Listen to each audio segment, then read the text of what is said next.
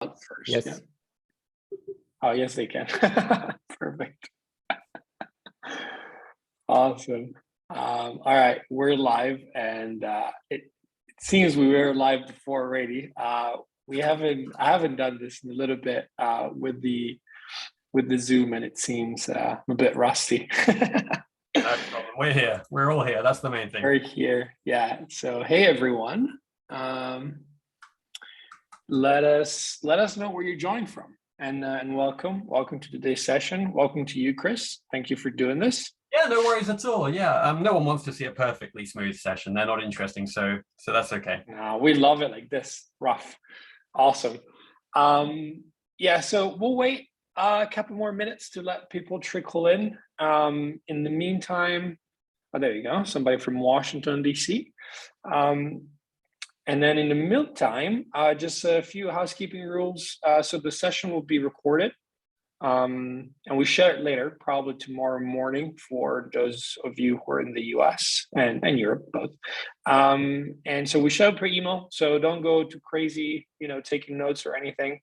Everything will be recorded, and Chris, I think you also shared the slides afterwards alongside some useful links, right? So that's all good there. If you have any questions as we go through the presentations, feel free to drop them in the chat, which is the one you're using. I see a very good, variety of geographies in here. So feel free to drop them in the chat. You can also use the Q&A feature. So whatever works best. And then Chris will either address them on the go, or we'll keep them at the end in the Q&A. So Chris will present for more or less 25, 30 minutes, 35 maybe, and then we'll keep a 10, 15 minutes at the end for Q&A as well. Awesome. I think we can get started. So today we got Chris, who's a developer advocate at Tigera, where he works on open source project like Calico, which is what we're going to talk about today.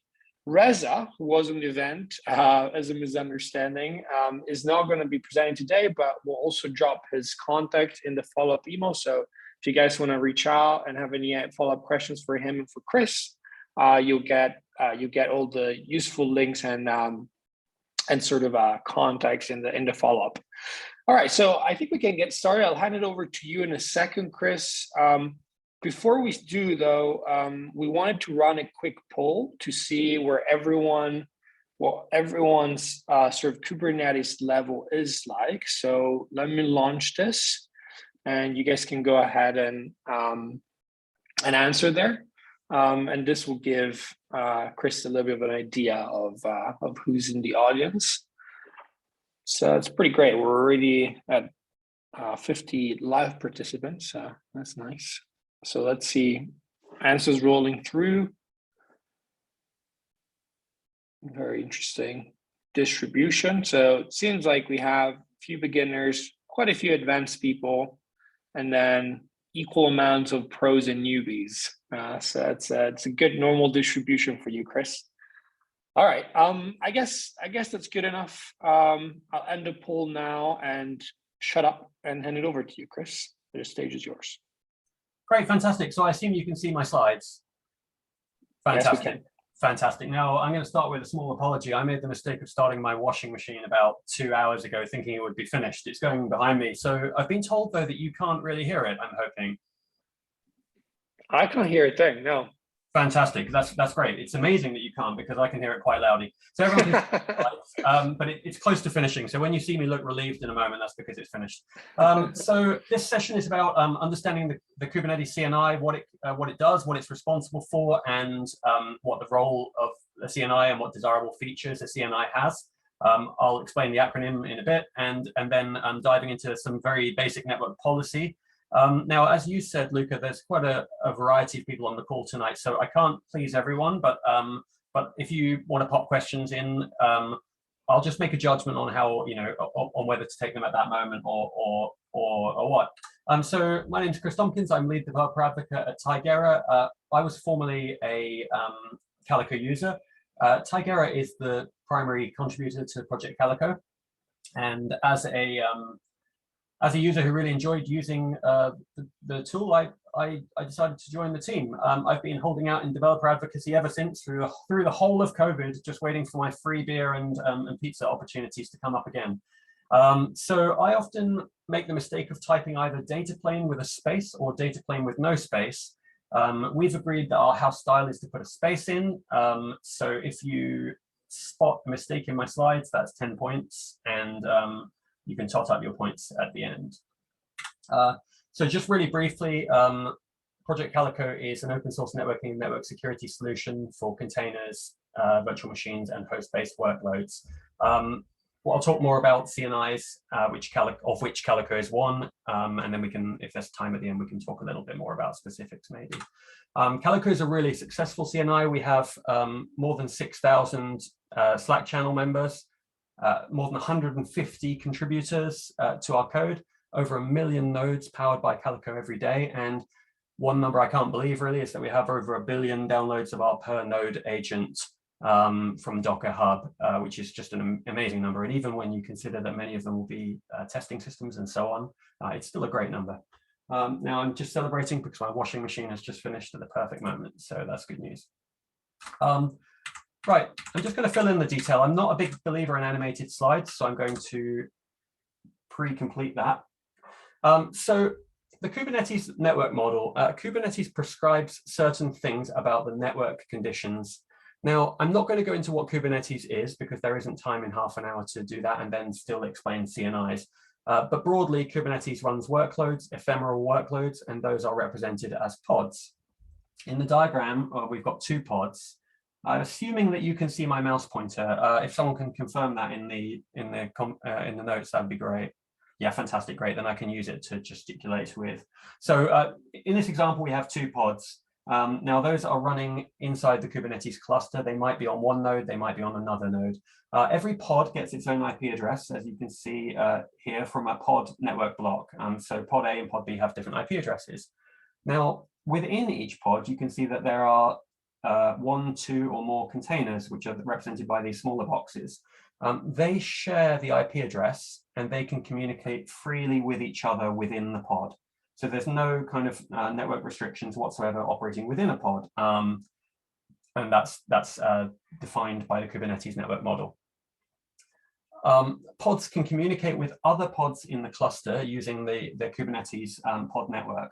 The Kubernetes pod network decrees that it must be a layer 3 rooted network, and that no network address translation is allowed to happen between the pods. So that's why we're showing here the red traffic flows.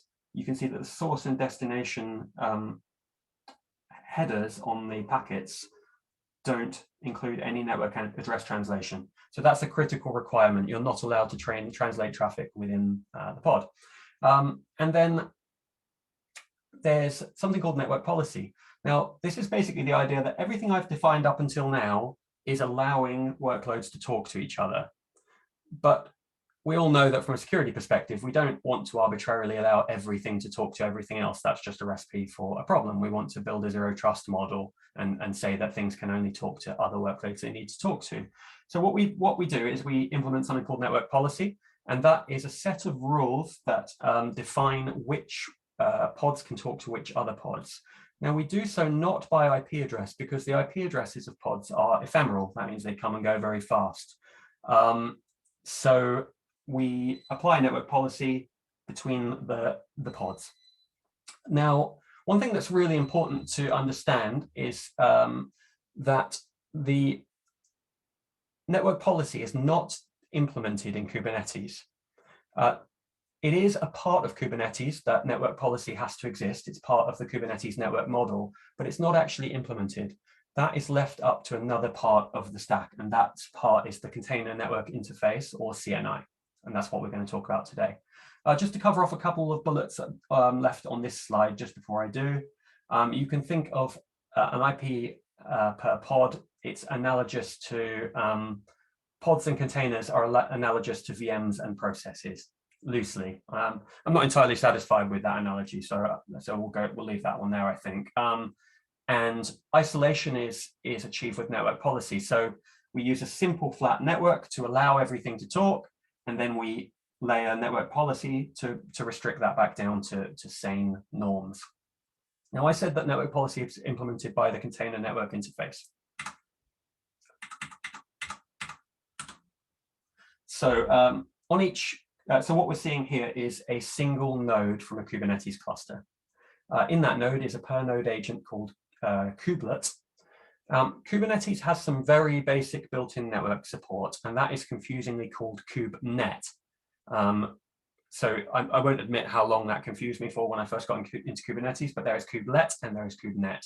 But that is absolutely basic network connectivity. It is more common, I think more common doesn't really state it strongly enough. It is entirely normal to use a third-party network implementation which plugs into the Kubernetes API. You can see that there's this arrow here represents the CNI API, the Container Network Interface API, and that basically says that kubelet, the agent running responsible for scheduling pods on each node, when it brings up a new pod, it speaks to the CNI plugin, and then there's a secondary CNI plugin. And that's because there are two CNI plugins chained together in this example. So CNI config files are used to determine which CNI plugins are run. And there are different kinds of CNI plugins that can be chained together. For example, you might have a CNI plugin responsible for network connectivity and another one responsible for IP address management. So notice that we haven't spoken at all about Calico here. This is about how Kubernetes abstracts its network layer. The advantage of doing so is it allows Kubernetes to do what Kubernetes is good at, and it allows networking vendors and open source communities and anyone else to build a CNI, and provided it conforms to the Kubernetes network model, then it can be deployed into a Kubernetes cluster. Now, there are many Kubernetes CNIs, including Calico, and Weave and Cilium and many others. They have strengths and weaknesses, and we'll dive into some of those now. So in this diagram, you can see that all we've done is we've switched out from generic CNI plugin icons to Calico.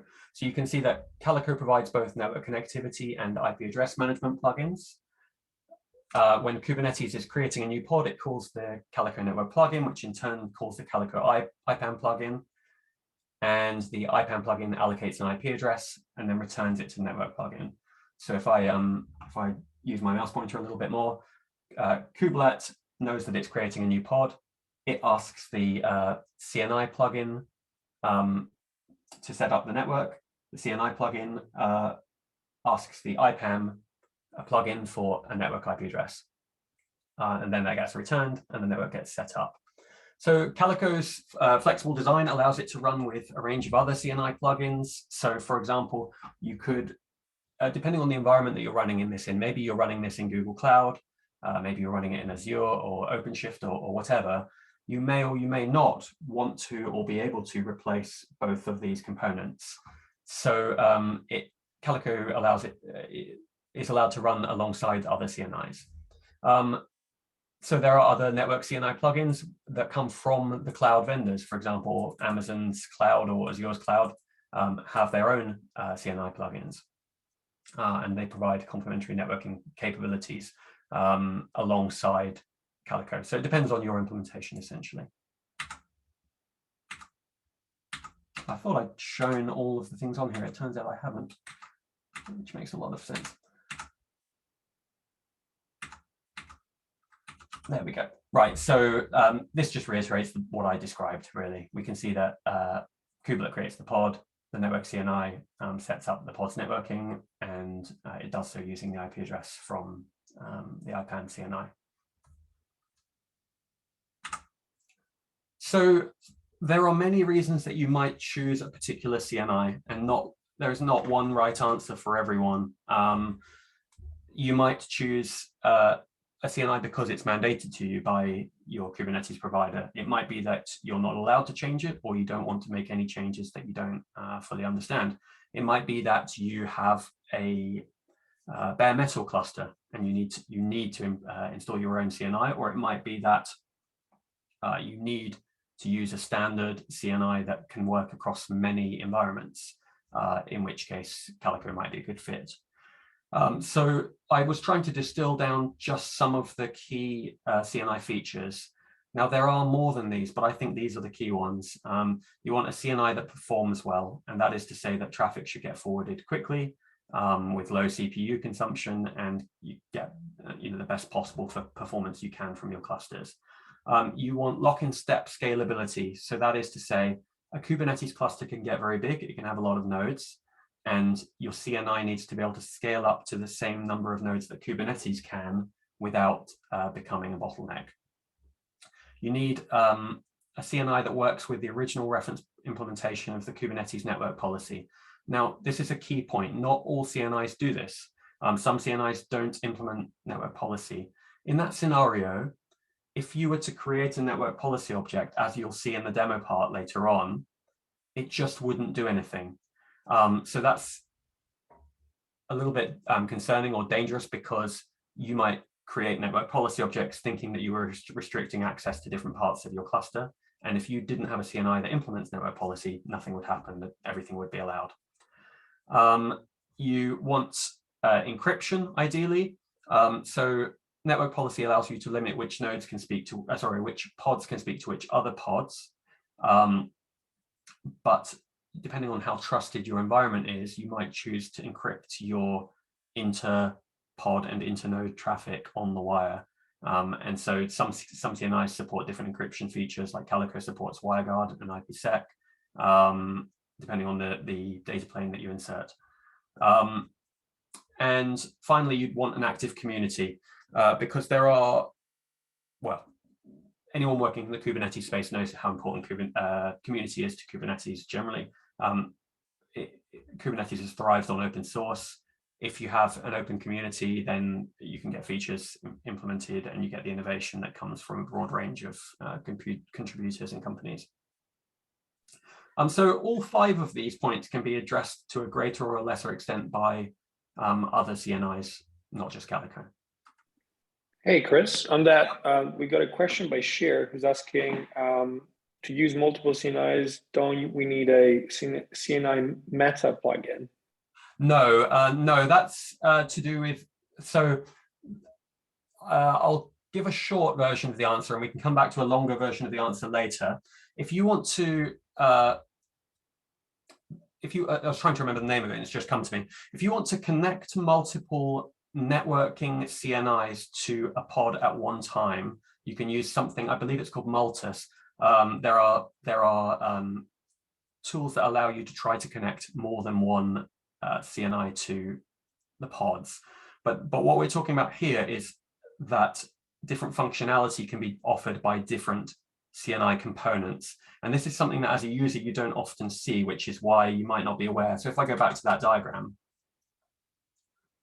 you can see that Calico is offering the networking CNI and the IPAM CNI. But when you install Calico, you get both of those by default, depending on the environment that you install it in. So what Sheer is describing would be if you added another stack, another set of CNIs here, which is possible, but it's outside the scope of what we'll talk about today. I might be able to do a better answer on that at the end, depending on how time goes. Actually, also, Sheer and anyone else, if there's anything that I don't dive into enough depth for you for today, I'll share my details at the end, and if you come find us on Calico Users or any of those other ways of getting in touch, I can try and answer those things in more detail. So let me go back forward. Yeah, okay, right.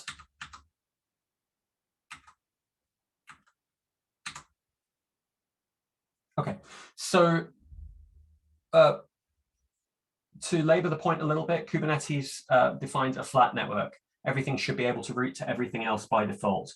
And then you layer on top network policy. So network policy, the best way to describe this is that in the old days, if you're an old person like me, you will remember that when you designed a data center, you could really only implement security policy at the around the physical topology of the network. So because of where you chose to physically put your firewalls, that limited where you could or could not apply policy. It also meant that those devices needed to be extremely high performance because they were in a real choke point in the network. So what happens in Kubernetes is much more scalable. Instead of applying the policy based on the topology of the network, the network policy is defined once in the Kubernetes API, and then it is applied by the CNI as close as possible to the pods in the Kubernetes cluster. You can imagine it to be like a virtual firewall that's plugged in on both. Notice it's on both sides of the connection here. The cool thing about doing it there is that your isolation is not defined by the structure of your network. You can apply policy and it doesn't have to reflect the physical layout of the network in any way, which is desirable. The other thing is that because your firewalling is being done on the same hosts that are running your pods, it's much more scalable, because every time you add 8 new cores worth of CPU, a small percentage of that is used to do the network policy on that node. And therefore, you don't have this requirement to buy big, beefy firewalls up front. As the cluster grows, the firewalling can grow with it. I think that's a good point to quickly ask if there are any questions. I don't have an excessive amount of time, but if there are any questions on the conceptual side of things before we dive into a bit more specifics about network policy. I don't see any yet. So given time, I'll just push ahead, I think, and we'll take any more a bit further on. So here's an example of a Kubernetes network policy. You can see highlighted at the top is, I should take a sideways step and say that Kubernetes by its nature is declarative. That means when you want Kubernetes to do something, you deploy a manifest that describes the state that you want the cluster to achieve. And then it's the job of the cluster to go away and achieve the state that you describe. So what we're looking at here is a manifest including a network policy.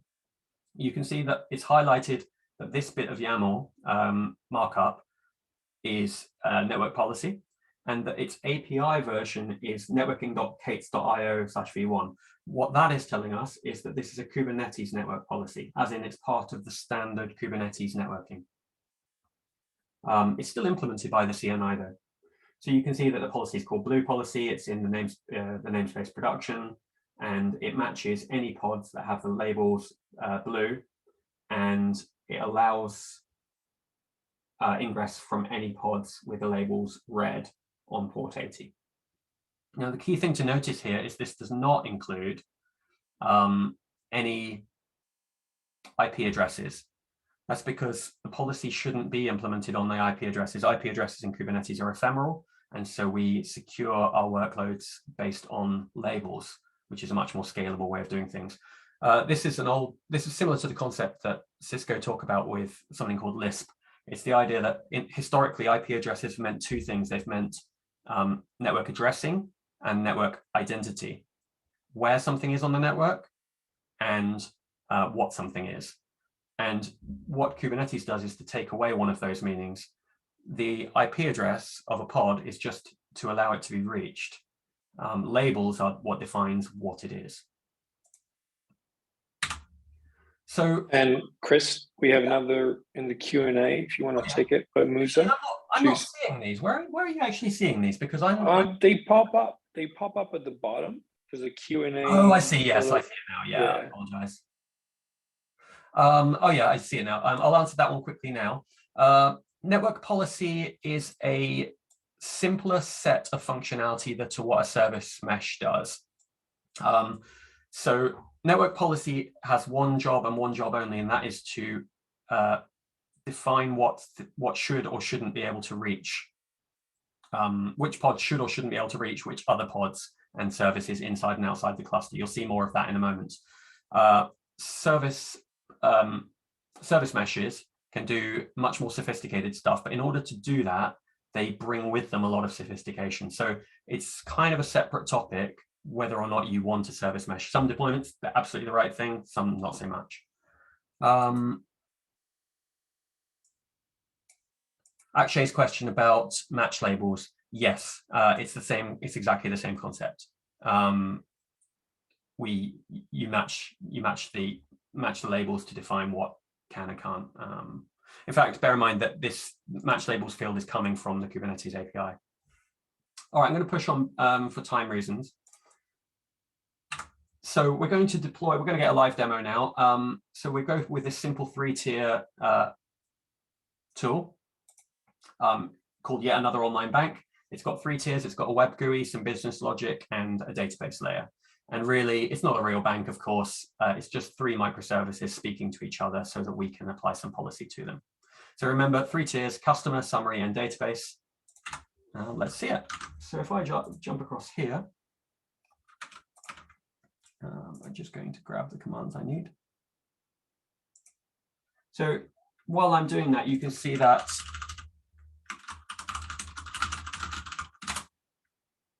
I've got a 5-node cluster that I built half an hour ago. It's in a ready state. There's nothing running on this at all apart from the vanilla Kubernetes components, a volume provisioner, and the components of Calico.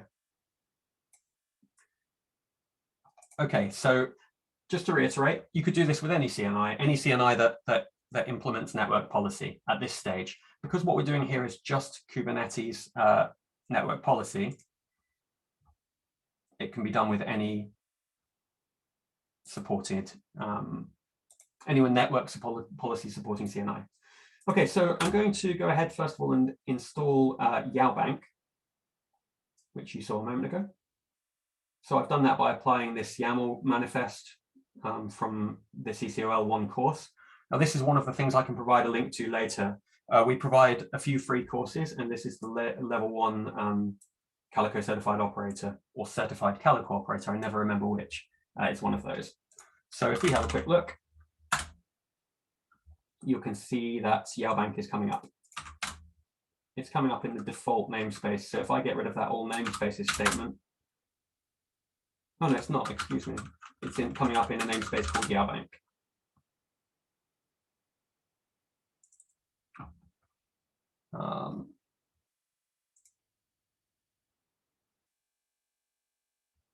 Okay, I should hopefully be able to.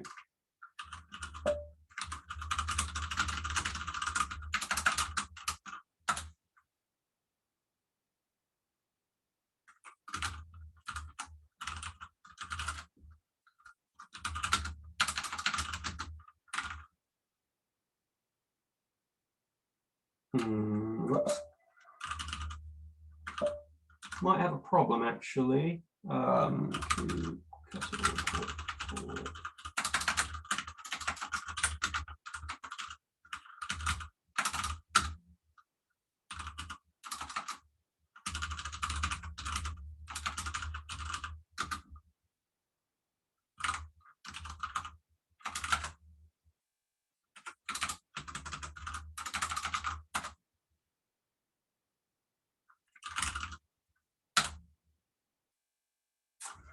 Yeah, we have a minor problem actually, Luca. As I told you just before when I joined this call, usually we do this demo on a multi-pass instance on the user's local laptop. And for some reason, it didn't deploy properly on my laptop just before I joined. So what I did was I quickly spun up a cluster in Google Cloud, which is this one, which I spun up half an hour ago. And because of that, the customer pod and the database pod are not coming up correctly. The beauty of live demos, we love it. Yeah. Now I sometimes use something called Askinema to record a demo. I'm just trying to think how I can get around this quickly. I'm not sure I can. I think I'm going to have to actually push forward, show you the commands, and I'm not going to be able to show you the outcome unless I can. Hold on, let me just see if I can quickly. Let me have one go at seeing if I can solve this. And if I can't, live debugging. Yeah, let's do it. Let's do it.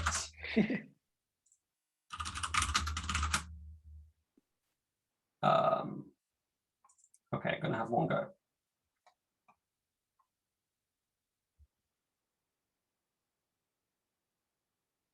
Okay, here we go.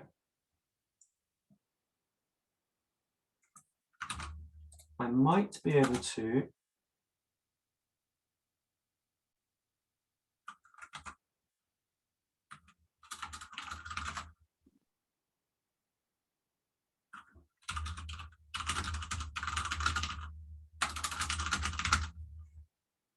if this works, then we're good. And if not, then I'm just going to push forward and I'll have to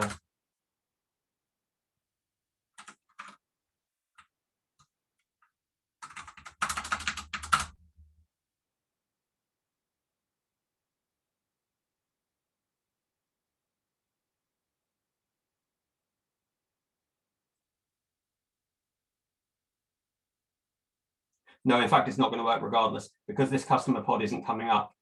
All right, so we're just going to push forward and I'll just have to describe the steps that I would have taken. I'm sorry about that. That's really frustrating. So what we should have seen at this point was that we connect to the front end, we connect to the customer pod, and we get a response. And for that to have worked, it has to have gone through the 3 layers. Now that's all well and good, but we can then push forward and show that the customer pod can talk directly to the database pod. Now that's undesirable because if the customer pod, which is the one facing the customer, gets hacked, then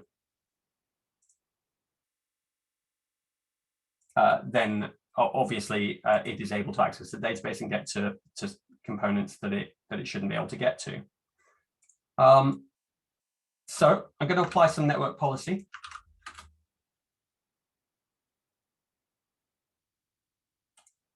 Now this is Kubernetes network policy. So if we just have a quick look at this, if I can still apply this policy and it will still go in, I just can't demonstrate it.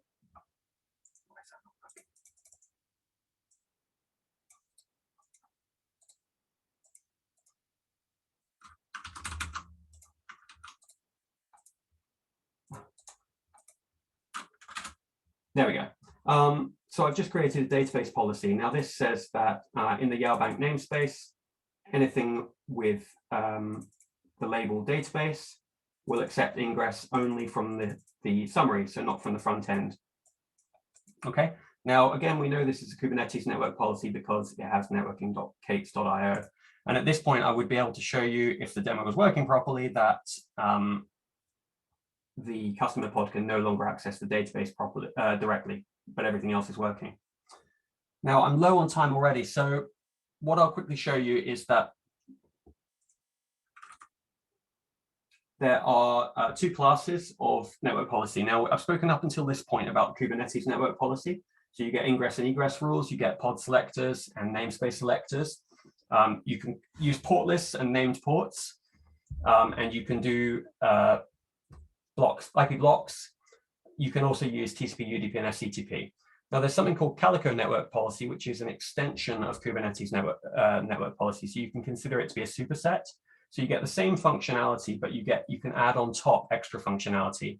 The most significant, and the one I'm going to show you now, is the global network policy. There are lots of other cool features here, including Istio service mesh integration, which is relevant to the question earlier.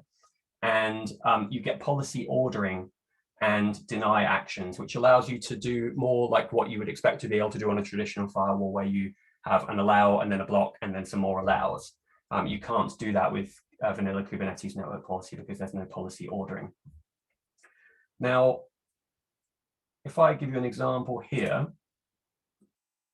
you can see with the Calico network policy, you see that the API version now says project-calico.org instead of Kubernetes. And that's because we're now using Calico network policy. So you can see that on the left, we've got a network policy, and you can see that we have some features that we couldn't use before. Actually, in the policy on the left, we don't, that I can see. On the policy on the right, we do, though. The policy on the right is a global network policy. That means it applies ahead of all other normal network policy, and it applies to all namespaces. And I'll show you what the most common use case of that is in a minute. You can see it's got an order number, which you can't have in standard Kubernetes network policy. So going back to the demo, the most common global network policy we see on a Calico cluster is a global network policy that blocks Oh, I'm really having a good day with this, aren't I? Look at that. I'm going to have to use this override command. 1 second.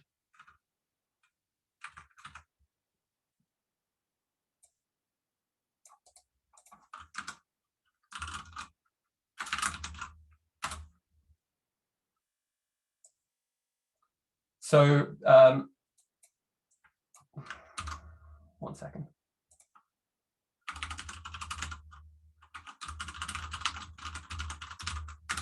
So I'm running a Calico Cuttle version, which is a little bit out of date. There must have been a new release very recently. So I've had to add in an extra allow version mismatch here, because usually Calico Cuttle validates the client's version against the cluster version to make sure everything's the same. You can see there's been a minor update since I last ran it. So what I've just applied is a global network policy. And what it does is it says all traffic, ingress or egress, if it's not in the Kube system or Calico system namespaces, then take whatever action this policy describes. You'll notice that there is no action, and that's because if there is no action, the default policy behavior is deny. So what I've just done is added a global deny, and that means that if there isn't an explicit allow, the traffic will be denied. I can see there are 2 questions. I'm going to leave them because we're nearly to the end of the slides already, and the demo. So I'll leave those 2 questions till the very end. So in this scenario now, what we actually do is we apply a global network policy, default deny, and then we add specific allows, like the ones I'm about to put in place. So I've added a specific allow for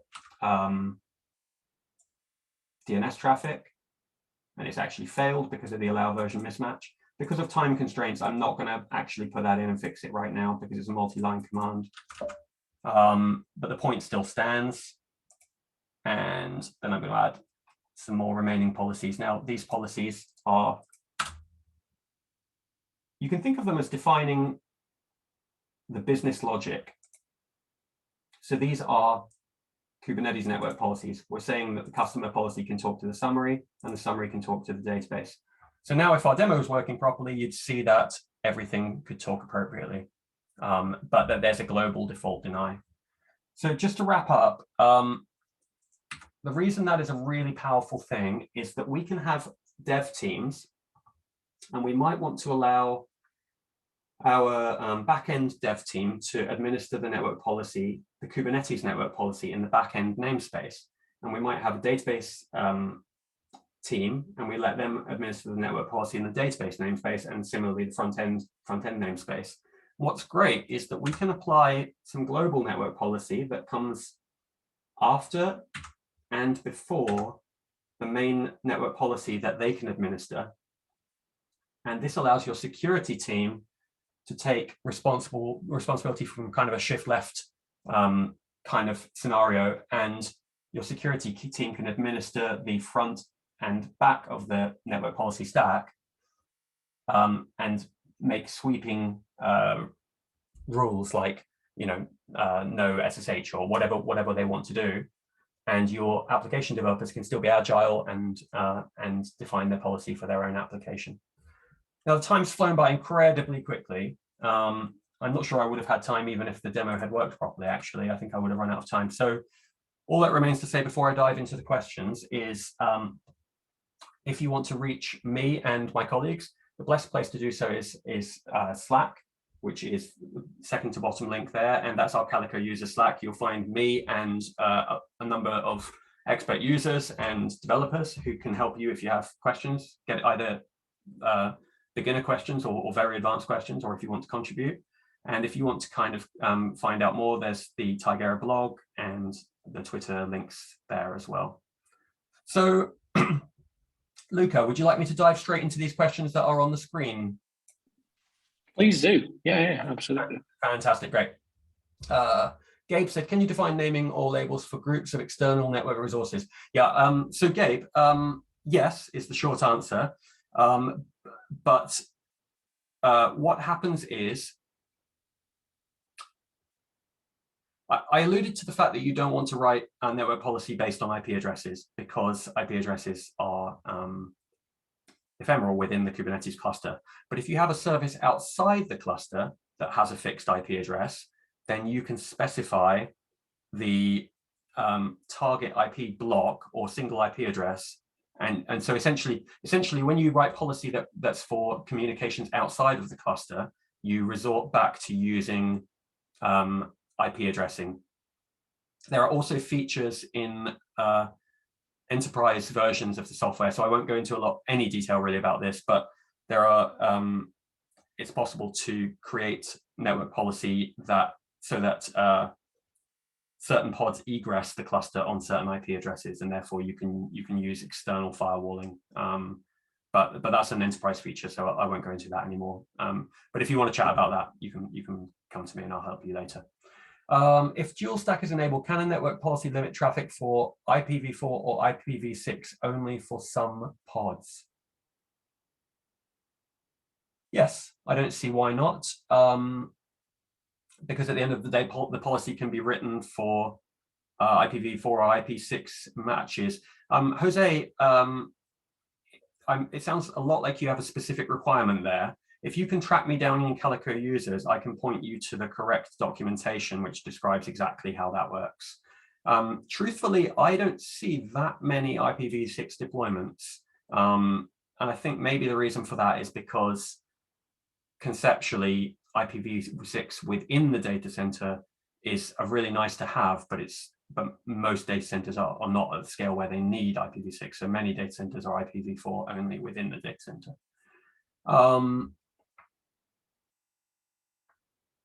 I'm just looking at Victor's message. Yeah, so Victor, that's a really good question. So Victor asks if it's possible to, how you go about network troubleshooting in this scenario. So the answer is, it depends on how your CNI is implemented. But let's take the example of vanilla Calico. Vanilla Calico, Calico offers many data planes. I don't have time to go into what those are right now, but the vanilla Calico implementation actually uses really trusted technologies like BGP, like VXLAN, like IP/IP, depending on how you implement it. And it actually implements the policy in IP tables. So the good thing about that is that any Linux engineer who has networking experience with IP tables can examine the policy on the nodes, and they can see it just like any other IP tables policy, and they can see how it's working and gain some understanding of it. So any tool set that you've built or that you're used to that allows you to debug IP tables rules can be used against Calico. Now, because I don't want this talk to just be about Calico, other CNIs, we offer an eBPF data plane, and there are other eBPF data planes out there like Cilium. And to examine those, you need a tool to help you to see what network policies are programmed into the data plane. So the answer is yes, you can. It depends on the implementation of the CNI. No worries, Victor. I hope that was clear. Lothar asks, layer 2 solutions with software bridge versus true layer 3. But okay, Lothar. Lothar asks, I'm actually going to broaden Lothar's question a little bit. He says that there are layer 2 CNI solutions. Any CNI is layer 3 inherently, but some of them expect all the nodes to be within a single layer 2 domain. And one example he gives is Flannel. Really, the answer is that there is no best CNI in every situation, but that CNIs offer increasingly complex or simple feature sets. And depending on what the functionality you need is, you might choose one or other CNI. Now, there was a time that you could have made the case maybe 3 years ago that deploying something like Calico was quite complex, and that therefore you might want to install Flannel instead because it was just quicker and you didn't have a need for that functionality. But that time has kind of passed, and actually installing a CNI like Calico is actually surprisingly easy on a modern cluster. And so the answer is, I would argue on a new cluster, there are very few scenarios where you'd want to use a very simple CNI like Flannel. But if you were certain that you had no future layer 3 requirement to go across layer 3 boundaries, and that you wanted simple network policy, sure, you could deploy final, and that would do the job for you. So it's really a case of figuring out what your core requirements are. And if you want to chat about that, you can come to Calico users. I can chat with you and help to identify what your requirements are and whether or not Calico is the right fit. Did anyone want to ask any questions verbally? There are no more in the Q&A. So I think we still have time. So if anyone wants to add questions in the Q&A, we don't have much time actually, but I'm fine if Luca, if you want to extend. Yeah, we can roll over a couple minutes. That's no problem. Fantastic. Yeah. I'm not sure people can ask them verbally per se, but they can drop them either in the chat or in the Q&A. Okay, yeah, I wasn't sure if they had the ability to open their mic. To be fair, I'm not sure either, but I don't think so. I think we got one. Yeah, I got a question from Yiling. Could you please put the link in the chat for the training? Yes, absolutely. Let me do that right now, actually. I will share via Luca, I'll share several more links. Yep. But this particular one, I will share now as well. So these courses are free, and I believe they're really pretty good. So I think I just posted it. Do you see that, Luca? No. Did I just press cancel? Yining says he sees it. Great. So the URL, I'll say the URL out loud as well, just in case. If you go to tigera.io/LP with a landing page, and then /Calico-certification, or if you just type Calico certification, you should find yourself into Google. You should find yourself on a landing page for that. There are currently 3 courses, and there's shortly to be a 4th. So there's one that just teaches you about CNIs and Calico, and then there's one specifically about AWS deployments, and one about our eBPF data plane.